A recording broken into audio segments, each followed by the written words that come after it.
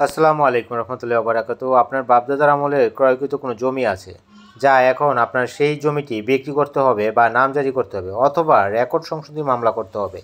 এক কথায় যে কোনো প্রয়োজনে উক্ত জমির পুরাতন দলিলটি দরকার, কিন্তু এই দলিলটি অনেক আগে হওয়ায় খুঁজে বের করতে পারছে না। প্রিয় দর্শক, চিন্তার কোনো কারণ নাই। আপনার যদি 60-70 বছরের আগের পুরনো দলিল থেকে থাকে, আমার স্ক্রিনে দেখতে পারতেছেন অলরেডি পাকিস্তানের আমলে একটা দলিল। এই দলিলটি 1965 সালে, সেক্ষেত্রে আপনি হয়তো বুঝতে পারতেছেন স্ক্রিনে। তো এখন ব্যাপারটা হয়েছে এটি প্রায় 60 বছর হয়ে গেছে। তো এইরকম দলিল ক্ষেত্রে কীভাবে বের করবেন এই টোটাল প্রসিডিওরটি বলে দিচ্ছি। তার আগে চ্যানেলটি সাবস্ক্রাইব করে দিবেন যাতে করে জমি জমা সংক্রান্ত সমস্যার সমাধান প্রতিনিয়ত পেতে পারেন। প্রিয় দর্শক, এরকম 35-40 বছর আগের দলিল বের করতে হলে প্রথমে আপনাকে যেতে হবে উপজেলা সাব রেজিস্ট্রি অফিসে। আপনার যদি দলিল নাম্বার ও সাল জানা থাকে সেক্ষেত্রে দলিল তল্লাশি দিয়ে বের করতে পারবেন। আর যদি দলিল নম্বর ও সন জানা না থাকে সেক্ষেত্রে দাতা গ্রহীতার নাম, দাগ নাম্বার, মৌজা ইত্যাদি দিয়ে খুঁজে বের করতে পারবেন।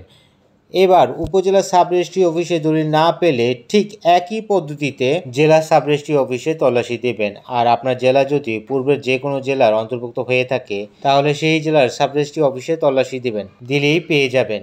আর সেখানেও যদি না পান, যেহেতু অনেক আগের দলিল, শেষ ঠিকানা হিসেবে আপনি ঢাকা সাব রেজিস্ট্রি অফিসে এসে তল্লাশি দিবেন, পেয়ে যাবেন। আশা করি সবাই বুঝতে পারছেন এরকম পুরাতন দলিল কিভাবে বের করতে হয়। দর্শক, ভিডিওটি অবশ্যই বেশি বেশি শেয়ার করে দিবেন, অবশ্যই বেশি বেশি শেয়ার করে দিবেন, কারণ অনেকেই জানে না এইভাবে কিভাবে এই পুরাতন দলিলগুলো বের করতে হয়। 60-70 বছর পুরনো দলিল কোথায় আছে, কোথায় পড়ে আছে, অনেকেই জানে না। দর্শক, আপনি যদি আমার ভিডিওটি ফেসবুক থেকে দেখে থাকেন সেই ক্ষেত্রে পেজটি ফলো করে দিবেন, এবং আপনি যদি ইউটিউব থেকে দেখে থাকেন সেই ক্ষেত্রে চ্যানেলটি সাবস্ক্রাইব করে দেবেন। তো আজ এই পর্যন্তই। সবাই ভালো থাকুন, সুস্থ থাকুন। আল্লাহ হাফেজ।